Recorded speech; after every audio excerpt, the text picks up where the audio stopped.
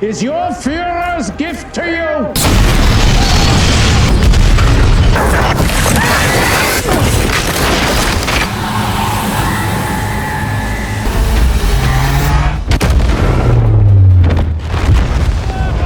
You've got to explode onto the scene if you want to make a mark, but it looks like some TV writers decided to take that logic a bit too far.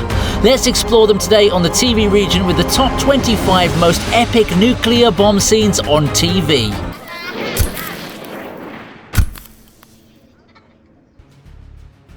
Is it your thumb or mine?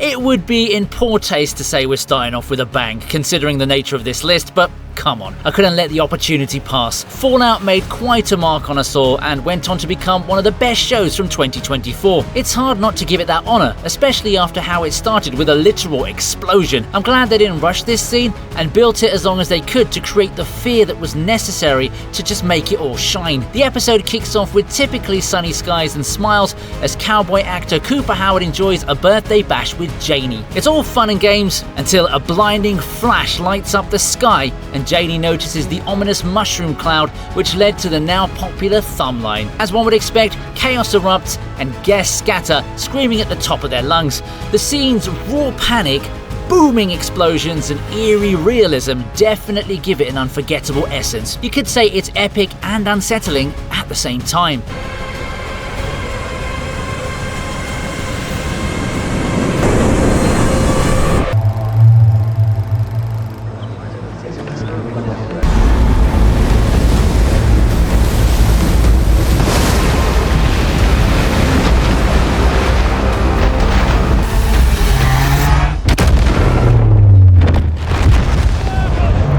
Do you really think nuking the King of Nukes is going to make a difference?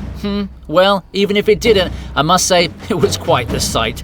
Seeing the puny humans trying to get one up on Godzilla was entertaining for sure, and I was quite taken aback by how they actually made us believe this worked. Till of course, we saw Bro casually chilling in the water not long after. I guess that's what you'd expect from the King of Monsters, and if you think about it, this bomb may have actually made him stronger. This way, before Godzilla was fighting the likes of King Ghidorah or Shimo, so he was nowhere near the power level we see him at in the MonsterVerse movies. I did like how they made it out to be some kind of theatrical display with all those people watching on, as if the only thing they were missing was the popcorn.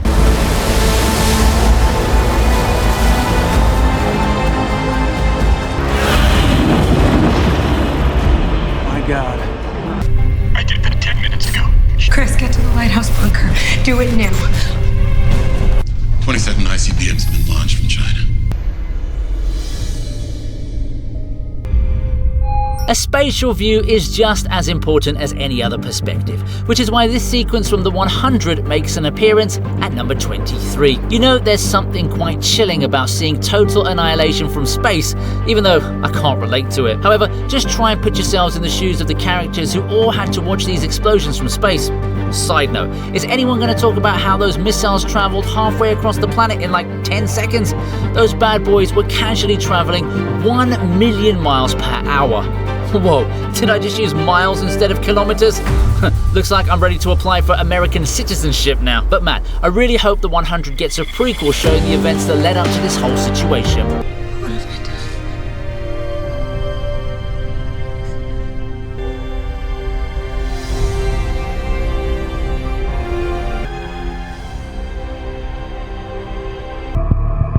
done? 4 is away.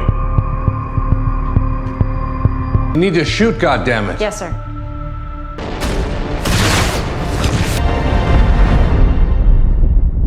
When you're dealing with a TV region, you should expect scenes where war goes to a planetary level. Just take The Expanse as an example. It's a pretty cool show that gives us a unique take on space politics. I mean, it's pretty much like Game of Thrones, but with more physics and less dragons.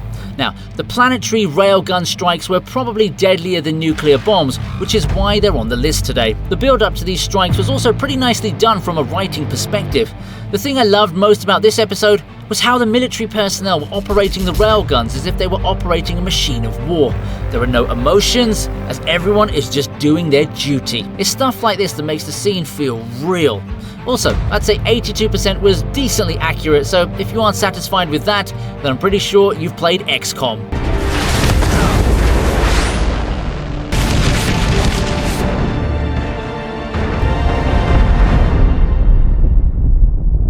Miko, my wife is dead.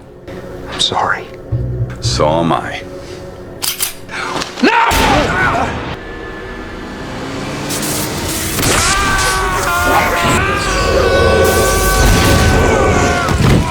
The only thing better than a nuclear bomb going off would be stopping a nuclear bomb, which also happens to be human. Now, if you thought Heroes would become the MCU of television, I totally feel for you. But since it didn't work out, let's just enjoy the scene where the cheerleader does end up saving the day all by herself. Yeah, if you haven't watched the show, you probably won't get the reference. So what I meant to say was that it was freaking amazing to watch Claire walk into a literal nuclear blast zone and stabilize Ted, who was the nuclear bomb in this case. Yes, I did find it hilarious that Claire's whole body was burnt to a crisp, but her hair was perfectly fine. I mean, it is television, so we can look past such minor details, can't we?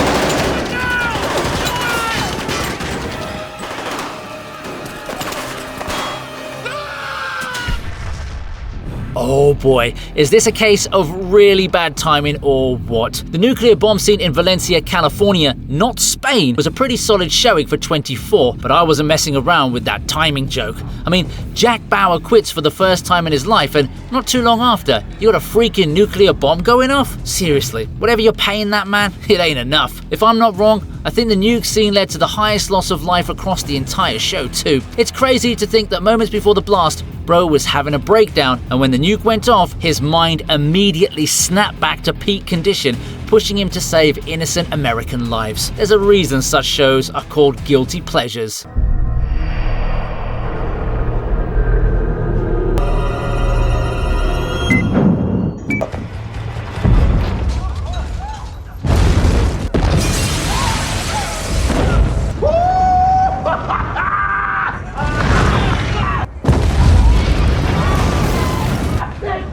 You can try to teach and preach as much as you want, but I suppose some things just never change. The Man in the High Castle is a pretty solid take on how things would have turned out if World War II's results didn't go the way the Allies would have wanted it to, and this bombing scene is just one of many across the series. Now look, while the bombardment here was good stuff, I think I need to point out that there was no way the Japan of the real world would have acted the way they were shown here.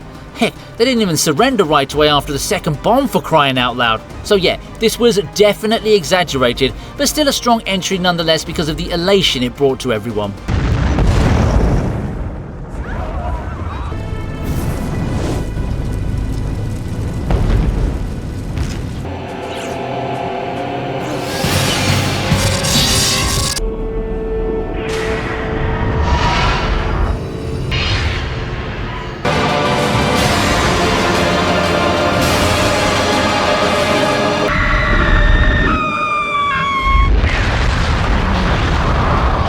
It may have been just 1996, but even then, Sheridan got no chill at all.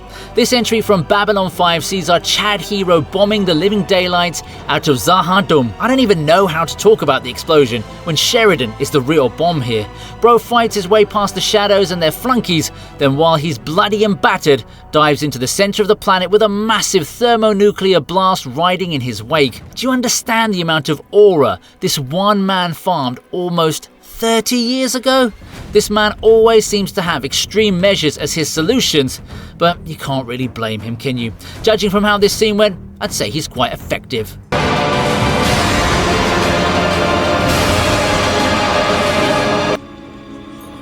He's gone.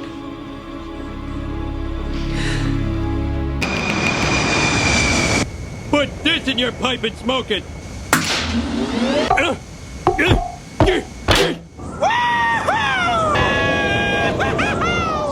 The Simpsons is a show that's always been paying tribute to a legend, Stanley Kubrick. They have some kind of record wherein they've parodied or paid homage to him the most across all media, which is a big deal, considering even directors like Christopher Nolan, David Fincher, and Paul Thomas Anderson, among several others, borrow from him regularly. Anyway, the scene in question here is when Homer Simpson imagines a scenario just like the ending of Dr. Strangelove.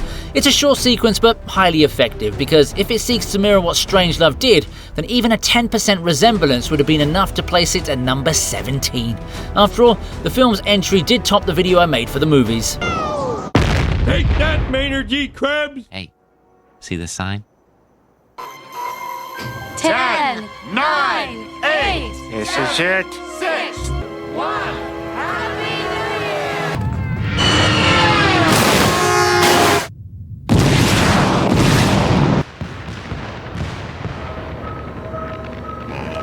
What I mean. We're going 2 for 2 on the animated shows now, although when it comes to nuclear apocalypses, I'm sure the Griffins aren't the ideal survivors. Family Guy has always been known to take things to the extremes, and over here, they pretty much show the end of the world via some hilarious situations that only the mind of Seth MacFarlane could have come up with. There's some obvious humour all round, but I've got to say, they did a good job of animating the destruction, because it did give the vibe that it was going all to heck. And yes, I can't stress enough on how much I laughed when I heard Peter's voice after something so catastrophic. I still can't believe this episode was mainly created for the purpose of bringing in the new millennia.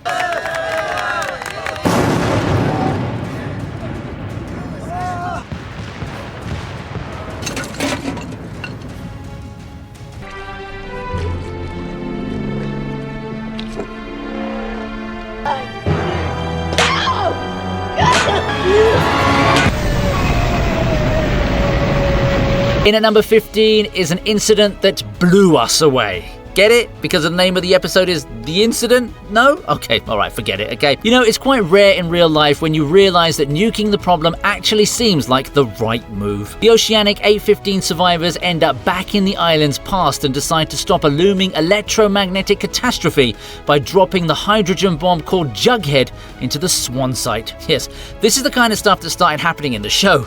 Jack at first drops the bomb core, but to everyone's surprise, nothing happens. But then all kinds of chaos breaks loose as the magnetism swirls and traps Juliet at the bottom of the shaft.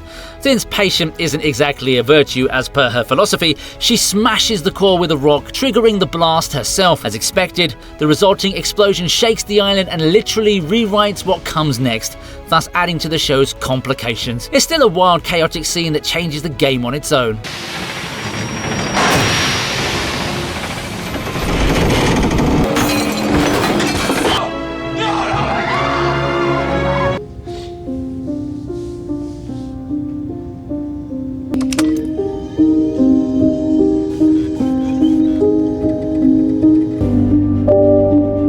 Well, it ain't men, but it's raining missiles leading to the season finale of The Leftovers. Here, Kevin Garvey finds himself in a surreal underworld where he's both a hitman and, how do I say this? The president too? Yes, if you'd told me 10 episodes before that President Kevin would fish a chip out of Assassin Kevin's ribcage and then hold hands with Patty while missiles drop from the sky, I wouldn't have believed it for a second or have even known what the heck you were talking about.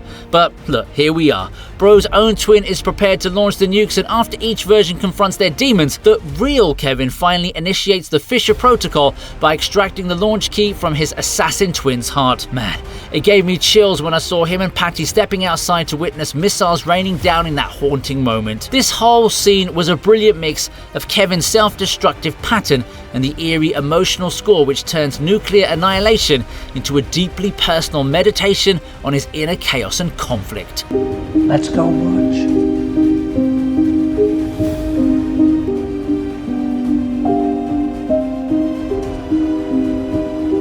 Is your Führer's gift to you a new beginning?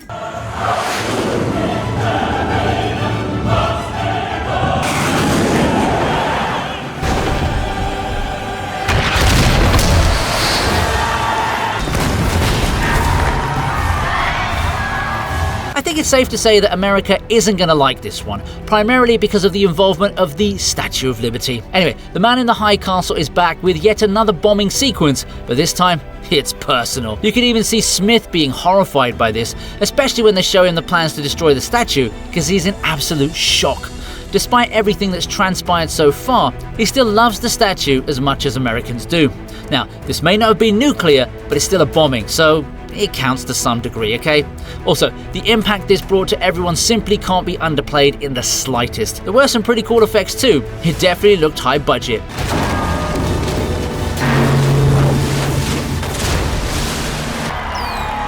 A light.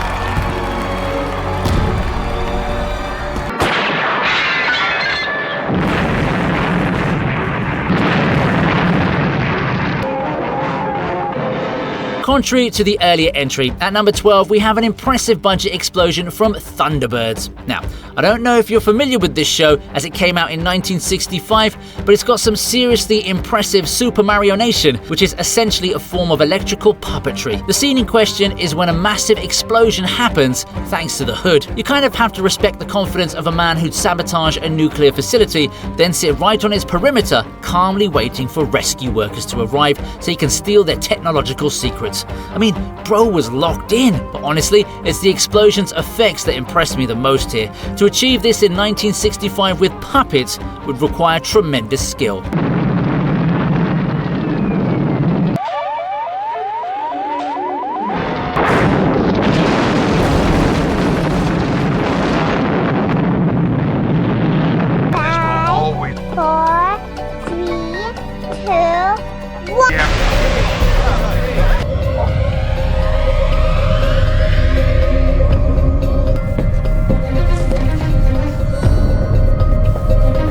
I might not be the right authority on how to raise kids because I don't actually have any of my own, but I'm pretty sure a nuclear explosion is not a great sign for your childhood. And I'm not just referring to the kids though, it's basically everyone who witnesses that mushroom cloud, because you just know you're cooked when you see something so ominous. It captures fear and panic perfectly, so it's a shame this show had to get cancelled due to low ratings. I mean, it was such a good story, and I think they did a great job portraying how humans would react in the face of such a terrifying event.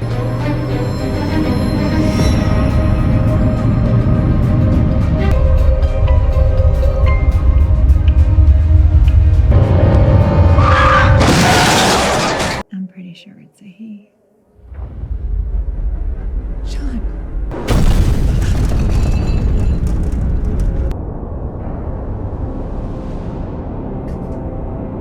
To kick off my top 10, Washington has fallen. Yes, the man in the high castle comes back to show us what the attack on Japan would have been like if it hit America. Or at least it tries to show us something along those lines. Anyway, I'm sure many were wondering why John and Helen weren't affected by the blast as well. I guess they were a lot farther away than what we were made to believe, but it's still a highly impactful moment with a strong sense of dread. Now, come on, tell me, how would you react if this happened in front of your eyes? Let me know in the comments. What is that? I think the Nazis just hit Washington.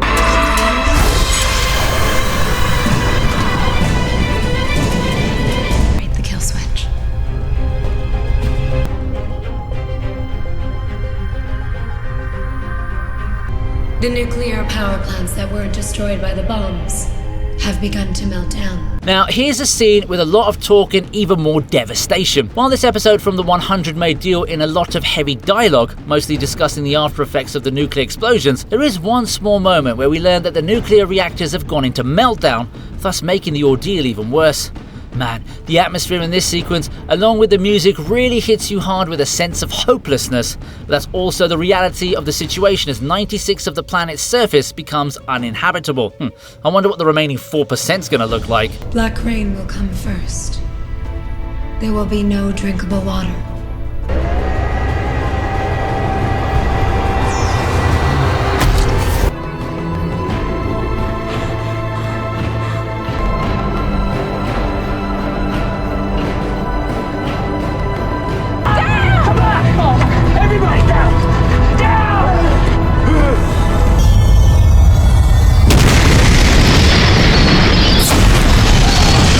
We We all know what The Walking Dead is famous for, but trust me, zombies are the least of their worries here.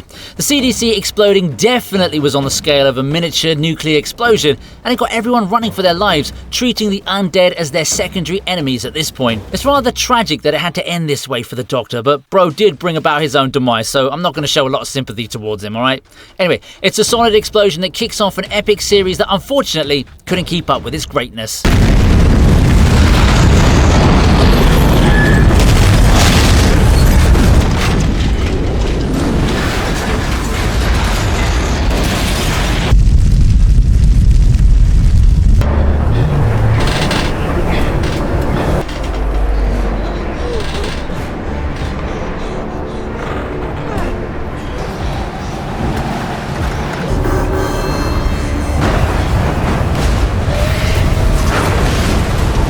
Escaping the after effects of an explosion shouldn't be on anyone's bingo card for any year, but I suppose the 100 doesn't care for such memes. When I saw this episode, I thought Clark was going to die. I was so shocked that she survived in the next season. But then again, I suppose main characters get some crazy plot armor now, don't they? Like, I would not have made it out of that situation for sure. There's tons of emotions to process here, but the main focus is for Clark to find safety, which the ending of this episode leads us to believe isn't going to happen. Even so, to see what happens as the explosion's effects take over was quite exciting and devastating at the time. Watching cities vanish under the blinding white lights and shockwaves was an insane experience. Yeah, the fans really got locked in after this one because the episode is generally considered to be a peak moment in the show.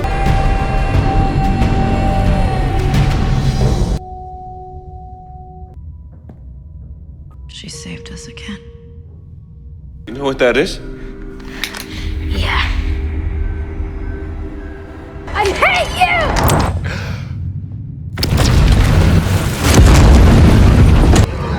Oh, shit.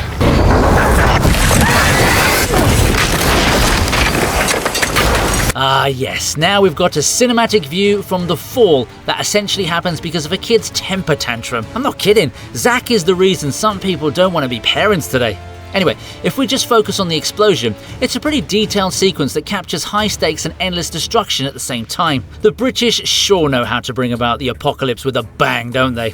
Well, the pun was somewhat intended there, but I still can't believe how such a childish act had such devastating consequences. Yeah, sure, there are vampires and stuff, but come on, this was way too extreme to be a solution.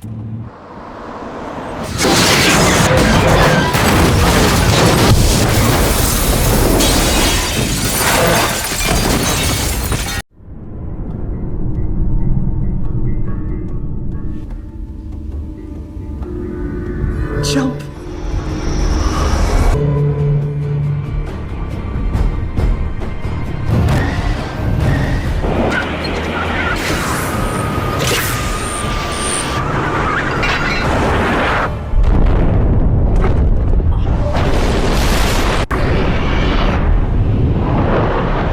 Alright, at number 5 we've got a whole range of explosions that happen to span 2 episodes. Yeah, the Lost entry was also spread across 2 parts, but my main focus will be on episode 1. Here, it's different. I can't believe that 50 billion people died because Baltar couldn't keep his pants on. Like, come on bro, was it really worth it? You know, the fact that the human forms acted as if they did a good thing was what made this atrocity so much worse. I mean, how can you simply justify this as a good thing? The fall of the 12 colonies was a giant gut punch, which led to the fall of an entire civilization with no chance to fight back. But yeah, sure, the fleet survived and found Earth, but for all intents and purposes, the civilization of the colonies of Kobol was still turned to ashes in hours. Having said that, it sure was an epic surprise attack executed in space.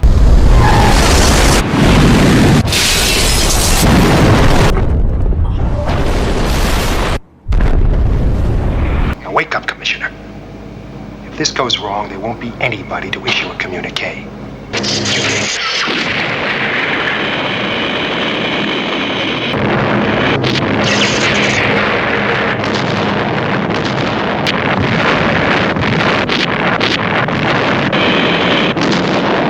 As you can see in the previous entry, you can understand that bombing isn't just done from Earth, although humans do seem to be the perpetrators all the time. Here, the victim isn't our planet either. The poor moon was just minding its own business, but then us Homo sapiens just had to come and rip it from its orbit around Earth. Keep in mind that this was a TV show that was shot way back in 1975, which makes it super impressive to say the least. Back then, there was no concept of streaming on Netflix, so TV shows were still looked at as a cheap alternative to movies. There were lots of flashes of light, but it's also the expressions of the actors that help us in understanding just how big of a mess this became. Blowing up the moon isn't a run-of-the-mill task, but once it happened, it became one of the most memorable moments in TV history. Also, this was just the pilot episode, so I'm pretty sure everyone was hyped AF to see the rest of the series.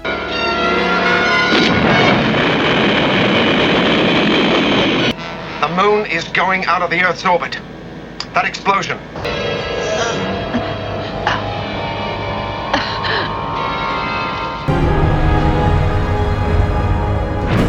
Ready to launch on your command.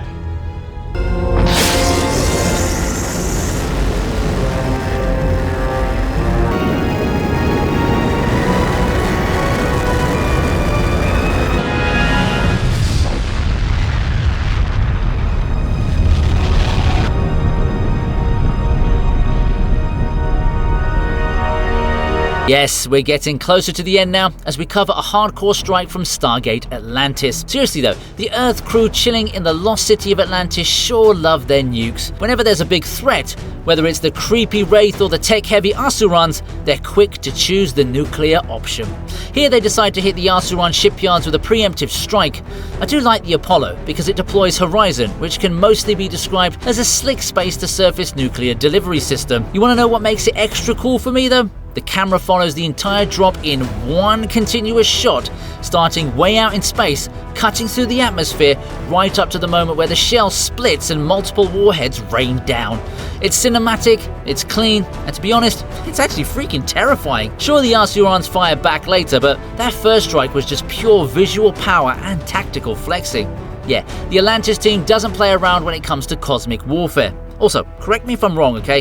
But I think that warhead launch was one of the longest CGI tracking shots of any TV show.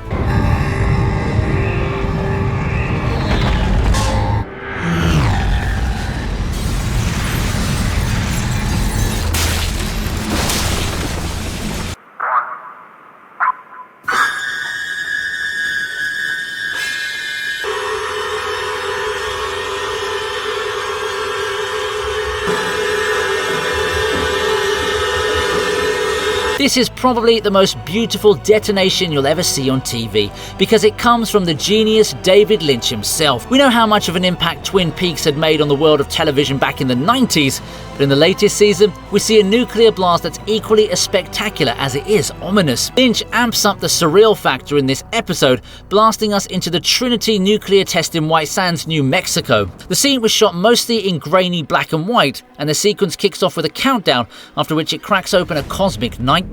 The way the camera lingers on the mushroom cloud in slow motion while Christoph Penderecki's haunting Theranos for the victims of Hiroshima pounds over the visuals was absolute cinema.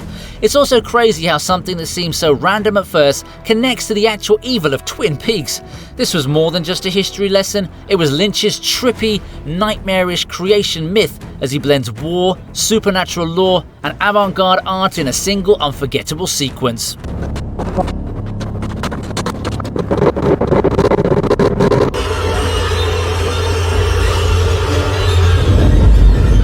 Explosion.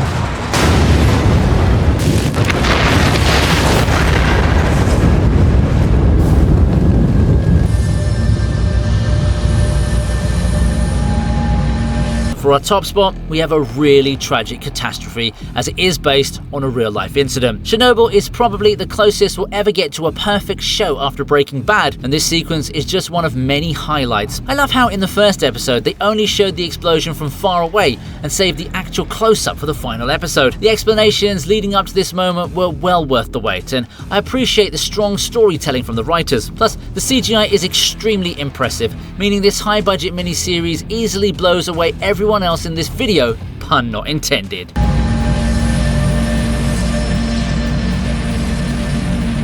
Hope you liked the video, please subscribe to the TV Regent, and here's another video I know you're going to enjoy.